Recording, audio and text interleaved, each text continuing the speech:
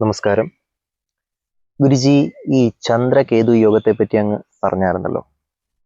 ഇതിന്റെ ഒരു അതായത് ഒരു വ്യക്തിക്ക് ചന്ദ്രകേതു യോഗം മൂലം പല നെഗറ്റീവ് ഷെയ്ഡായിട്ടുള്ള കാര്യങ്ങളും ജീവിതത്തിൽ അനുഭവിക്കേണ്ടി വരുമല്ലോ.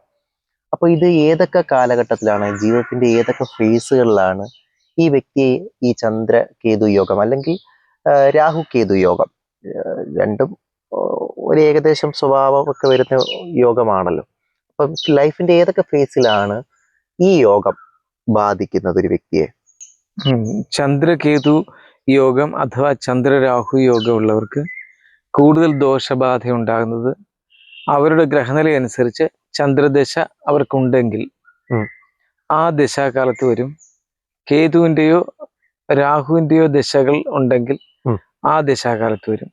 കൂടാതെ ചന്ദ്രദശയിൽ കേതുവിൻ്റെയോ രാഹുവിൻ്റെയോ അപഹാരകാലത്ത് വരും. കേതുവിൻ്റെ ദശയിൽ ആണ് എങ്കിൽ ചന്ദ്രന്റെയോ രാഹുവിന്റെ അപഹാരകാലത്ത് വരും. ഇങ്ങനെയാണ് വരുന്നത്. അപ്പൊ കേതുവിന്റെ ദശയിൽ ചന്ദ്രാപഹാരം വളരെ സൂക്ഷിക്കണം, അല്ലെങ്കിൽ രാഹുവിന്റെ ദശയിൽ ചന്ദ്രാപഹാരം സൂക്ഷിക്കണം. ഇതിൽ സൂക്ഷ്മമാണ് ഛിദ്രാപഹാരം എന്ന് പറയുന്ന സംഭവമുണ്ട്. അപഹാരത്തിനകത്ത് അതിലൂടെയും ഇത് വരും. ഈ ദോഷഫലങ്ങളും ശക്തമായിട്ട് വരും.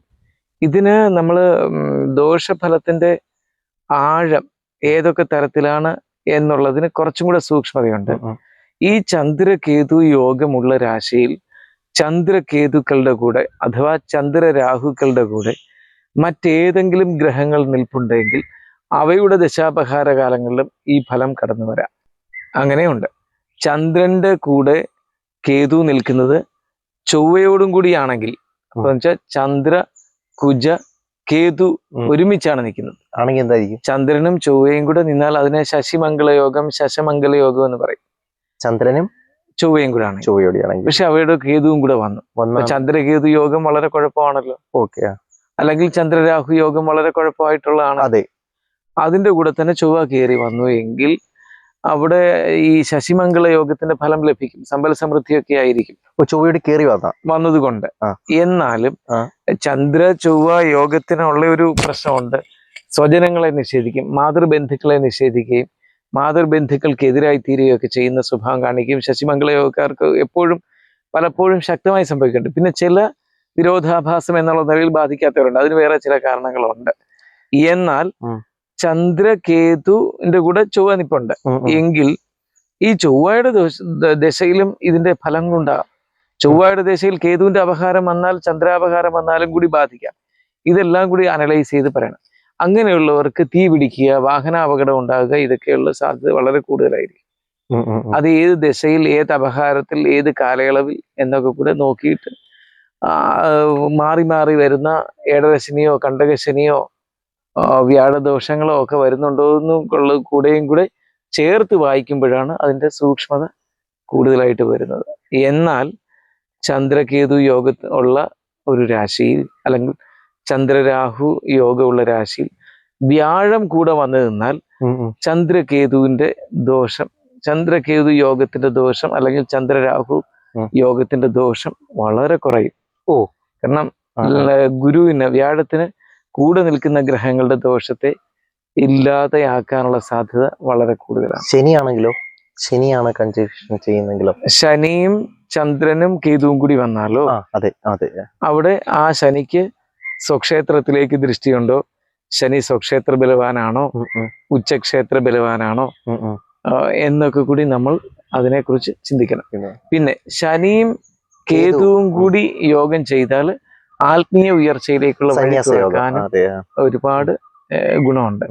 ശനി കേതുക്കള് സുഖവിമുഖതയെ തരും. എന്നുവെച്ചാൽ സാഹസിക പ്രവണത, കംഫർട്ട് സോണിൽ ജീവിക്കാൻ ആഗ്രഹമില്ലാത്തവരായിരിക്കും. അവർക്ക് എത്ര സ്വസ്ഥതയുണ്ടെങ്കിലും അതിനപ്പുറത്തേക്ക്, ഇത് സ്വസ്ഥമാണല്ലോ ഇതിൽ തന്നെ അങ്ങ് തുടരാം എന്ന് ആഗ്രഹിക്കില്ല. അതിനപ്പുറം എന്തെന്നുള്ള. അപ്പൊ അവർക്ക് സുഖത്തിനെയും ദുഃഖത്തിനെയും രണ്ടായി കാണാനുള്ള ഒരു മനസ്സ് പോലും കാണത്തില്ല. സുഖവും അവർക്ക് സുഖമാണ്, ദുഃഖവും അവർക്ക് സുഖമാണ്. അതിൽ വലിയ പ്രത്യേകതകളൊന്നുമില്ല. അങ്ങനെ വന്നെങ്കിൽ അങ്ങനെ വന്നു, അതിനെ ജീവിക്കാൻ ശ്രമിക്കും. അതെ, അതിനെ ഒരു നിസ്സംഗതയോടെ നോക്കിക്കാണാനൊരു ശേഷി ശനികേതു യോഗം അർഹിക്കുന്ന രാശിയിലാണെങ്കിൽ, അർഹിക്കുന്ന രാശി എന്ന് പറയുമ്പോൾ പിന്നെ നമ്മൾ ശനികേതു യോഗത്തിന്റെ അനന്ത തലങ്ങളിലേക്ക് ഇറങ്ങി പോകേണ്ടി വരും. നമ്മളിപ്പോ നിൽക്കുന്നത് ഉത്തമം ഏത് ഭാവത്തിൽ നിൽക്കുന്നതാണ്? ഏതാണ്? ശനികേതു യോഗം വന്നു കഴിഞ്ഞാൽ അങ്ങയുടെ ഒരു അഭിപ്രായത്തിൽ. നമ്മൾ ശനികേതു യോഗത്തെ കുറിച്ച് വേറൊരു വീഡിയോയിലായിരിക്കും നല്ലത്.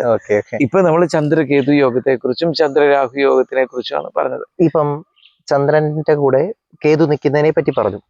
അതിപ്പം ശനിയൂടി വന്നു കഴിഞ്ഞു കഴിഞ്ഞാൽ ആത്മീയമായിട്ടുള്ള ഗുണം കിട്ടുമെന്ന് അങ്ങ് പറഞ്ഞു. അപ്പം ഇത് സത്യത്തിൽ അങ്ങനെ വരുമ്പോൾ അതൊരു പരിവർത്തനത്തിന്റെ ഭാഗമായിട്ട് മാറത്തേ ഉള്ളായിരിക്കുമല്ലോ അല്ലെ? അതായത് ആ വ്യക്തിക്ക് ഈ ഇതിൽ നിന്നുണ്ടാവുന്ന ഒരു തത്ഫലമായിട്ട് ഒത്തിരി കർമ്മദോഷം അനുഭവിക്കേണ്ടി വരും. അപ്പം ഈ ശനിയൂടി വരുമ്പോൾ അതിനൊരു ആത്മീയ ഭാവം വരുമല്ലോ. അപ്പൊ ആ ആത്മീയ ഭാവം വരുമ്പോൾ അതൊരു ലെസണായിട്ട് മാറി അതിൽ നിന്ന് അയാൾ പരിവർത്തനപ്പെടുകയാണോ ചെയ്യുന്നത്? പരിവർത്തനപ്പെടും. ആത്മീയമായ ഒരുപാട് ഉയർച്ചയുണ്ടെങ്കിൽ ഇതിനൊരു ദോഷഫലം വരാം. അവസാന കാലം ഇത്രയും ബോധത്തിലൊക്കെ നിൽക്കെ തന്നെ ശരീരത്തിന് പോകേണ്ട സമയത്ത് ശരീരത്തിനെ കളയാതെ സ്വയം ജീവത്യാഗം ചെയ്യാന്ന് വെച്ചാൽ ആത്മഹത്യ പ്രവണത വരാം. അങ്ങനെ ഉണ്ടല്ലേ? പല സന്യാസിമാരും ഈ നമ്മളിപ്പോ ജലസമാധി എന്നൊക്കെ പറഞ്ഞ് ജലത്തിൽ ചാടി അങ്ങനെയൊക്കെ ജീവൻ കളയുക അല്ലെങ്കിൽ അങ്ങനെയൊക്കെ ചെയ്യുന്നത് അങ്ങനെ തന്നെയാവാം. ഒരുപാട് ആത്മീയ കാര്യങ്ങളുടെ ഉന്നതിയിൽ നിന്നിട്ടും അതിന്റെ പൂർണ്ണതയിലേക്ക് എത്താതെ എന്ന് വെച്ചാൽ സൂപ്പർ കോൺഷ്യസ് ലെവലിലേക്ക് വളരെ അടുക്കാതെ നിന്നിട്ട് അതിൽ കുറേയേറെ കാര്യങ്ങളൊക്കെ അറിയാം. ഏതോ ഒരു ബോധത്തിന്റെ ഏതോ ഒരു തലത്തിൽ പോയി നിന്നിട്ട് പിന്നെ ജീവിതത്തിനെ ഇല്ലാതാക്കുക, ആത്മഹത്യ ചെയ്യുക. അത് പലതാവാം, പലതരത്തിൽ അങ്ങനെ ചെയ്യുന്നവരുണ്ട്. അല്ല, സ്വയം വൈരക്കല്ല് ഊരി ഞാൻ അങ്ങനെയൊക്കെ കേട്ടിട്ടുണ്ട്. വൈരക്കല്ല് വജ്രമോതിര ഊരി വിഴുങ്ങി, കാരണം അത് എളുപ്പമായിരിക്കും. ഇങ്ങനെ ചെയ്യുക, വിഷച്ചാറുകൾ കഴിച്ച് ജീവിതം തീർക്കുക. പഴശ്ശിരാജയുടെ ഒക്കെ കഥ കേട്ടിട്ടുണ്ട് അങ്ങനെ. അത് അല്ല, ഇതിപ്പോ കുറച്ചും കൂടെ ബോധം വികസിച്ചവരെ കുറിച്ചാണ്.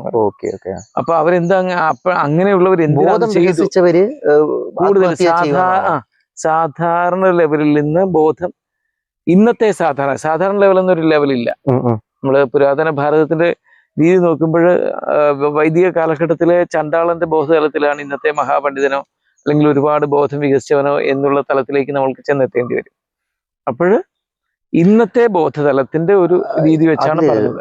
അങ്ങനെ പറഞ്ഞപ്പോ എനിക്ക് വലിയൊരു വൈരുദ്ധ്യം തോന്നിയത്, ഒരു ജീവൻ മുക്തൻ വേണ്ട ഒരു ആത്മീയമായി ഉയർന്ന ഒരു വ്യക്തി ആത്മഹത്യ ചെയ്യുമോ? എനിക്കതാണ് സംശയം. അവിടെ ഇതൊക്കെ നമ്മൾ ഈ ആത്മീയമായ ഉയർച്ച എന്ന് പറഞ്ഞാൽ ബോധത്തിന്റെ അനന്ത തലങ്ങളിലേക്കുള്ള യാത്ര. അവിടെ അങ്ങനെ ഒരാള് അയാൾ നിൽക്കുന്ന തലത്തിന്റെ സ്വഭാവം അനുസരിച്ചാണ്.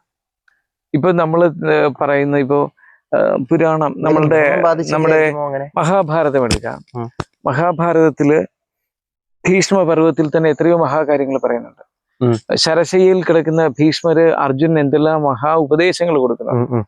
ഒരു സാധാരണ മനുഷ്യരെക്കാളൊക്കെ ഒരുപാട് ഉന്നതമായ ബോധതലത്തിൽ നിൽക്കുന്ന ആളാണ് ഭീഷ്മര്. എന്നിട്ട് പോലും ഭീഷ്മരുടെ നീക്കങ്ങൾ പലതും തെറ്റായതായിരുന്നില്ലേ? അതെ, ഭീഷ്മര് കൗരവർക്ക് കൂട്ടുനിൽക്കുന്നത് തോറ്റു കൊടുക്കുകയായിരുന്നാണല്ലോ പറയുന്നത്. ആണെങ്കിൽ പോലും അവിടെ ബോധാതീതനായിരിക്കുക എന്ന് വെച്ചാൽ അതിന്റെ പൂർണ്ണതയിൽ നിൽക്കുന്ന ഒരാളാണെങ്കിൽ അത് വരില്ല. അപ്പോഴവിടെ മനസ്സിലാക്കേണ്ടത് ആത്മീയ വികാസത്തിനും പല തലങ്ങളുണ്ട്. ആ തലങ്ങളിൽ നിന്നുകൊണ്ടാണ് ഇവരൊക്കെ ഓരോന്നും ചെയ്യുന്നത്. എല്ലാവർക്കും ഇങ്ങനെയുണ്ട്. അതെ. അപ്പൊ അതിന്റെ ആ ബ്രഹ്മകർമ്മ സമാധിയുടെ എവിടെയൊക്കെ ഏതൊക്കെ അറ്റം വരെ എത്തിയിരിക്കുന്നു എന്നുള്ളതനുസരിച്ചിരിക്കും അത്. അതിൽ നമ്മൾ പൂർണ്ണത കാണേണ്ടതില്ല.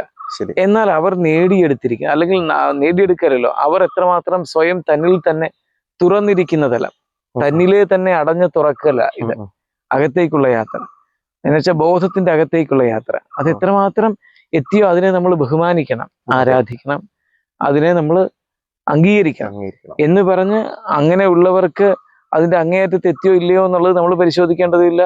അപ്പോഴും അതിന്റെ ഏതെങ്കിലും കോണിൽ കിടക്കുന്നവർക്കും ആത്മഹത്യ പ്രവണത വരാം. എന്തുകൊണ്ട്?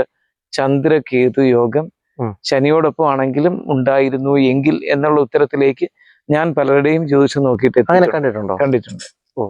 അപ്പം ഇതിനെ നമുക്ക് പൂർണ്ണമായിട്ട് ക്യൂർ അല്ലെങ്കിൽ അതിനെ മാറ്റാനായിട്ട് ഈ ചന്ദ്രകേതു യോഗത്തിന്റെ ഫലങ്ങളെ കാഠിന്യം കുറയ്ക്കാനായിട്ട് നമുക്ക് ഏതൊക്കെ മാർഗങ്ങൾ സ്വീകരിക്കാൻ സാധിക്കും? ഈ മാനസിക പ്രശ്നങ്ങളും മറ്റു കാര്യങ്ങളൊക്കെ വരുമ്പോൾ എന്തായാലും ഇതിന്റെ ഫലമായിട്ടായിരിക്കുമല്ലോ, അതിനെങ്ങനെ നമുക്ക് പരിഹരിക്കാൻ പറ്റും? സാധാരണയിൽ ചെയ്യുന്നത് ചന്ദ്രനെ പ്രതിനിധാനം ചെയ്യുന്ന ദേവതകൾക്ക് വേണ്ടിയുള്ള ആരാധനാക്രമങ്ങൾ പറഞ്ഞു കൊടുക്കും. പിന്നെ സാധാരണയായി ഞാൻ ചെയ്യുന്നത് എന്നല്ല പറഞ്ഞ്, സാധാരണയായി നിലവിൽ ഉള്ള സമ്പ്രദായത്തെ കുറിച്ചാണ് പറഞ്ഞത്. പിന്നെ കേതുവിന് വേണ്ടുന്ന പരിഹാരങ്ങൾ, ഇപ്പൊ ചന്ദ്രരാഹു യോഗമാണെങ്കിൽ രാഹുവിന് വേണ്ടുന്ന പരിഹാരങ്ങൾ പറയുക. അവ നിൽക്കുന്ന യുഗ്മരാശിയോ ഓജരാശിയോ എന്നുള്ളതനുസരിച്ച് ദേവതകളെ കണക്കാക്കുക. പിന്നെ അവരുടെ മനസ്സിനെ പഠിക്കുക, മനസ്സിന്റെ ഘടനയ്ക്കനുസരിച്ച് ആ മനസ്സ് സത്വരജസ്തമോ ഗുണ പ്രധാനമായിരിക്കുന്നത് എങ്ങനെയാണ്, അവരുടെ ഏത് ഗുണമാണെന്നുള്ളത് നോക്കുക. ഇതൊക്കെ അനുസരിച്ചാണ് ഒരുപാട് വഴിത്താരകൾ അവിടെയുണ്ട്.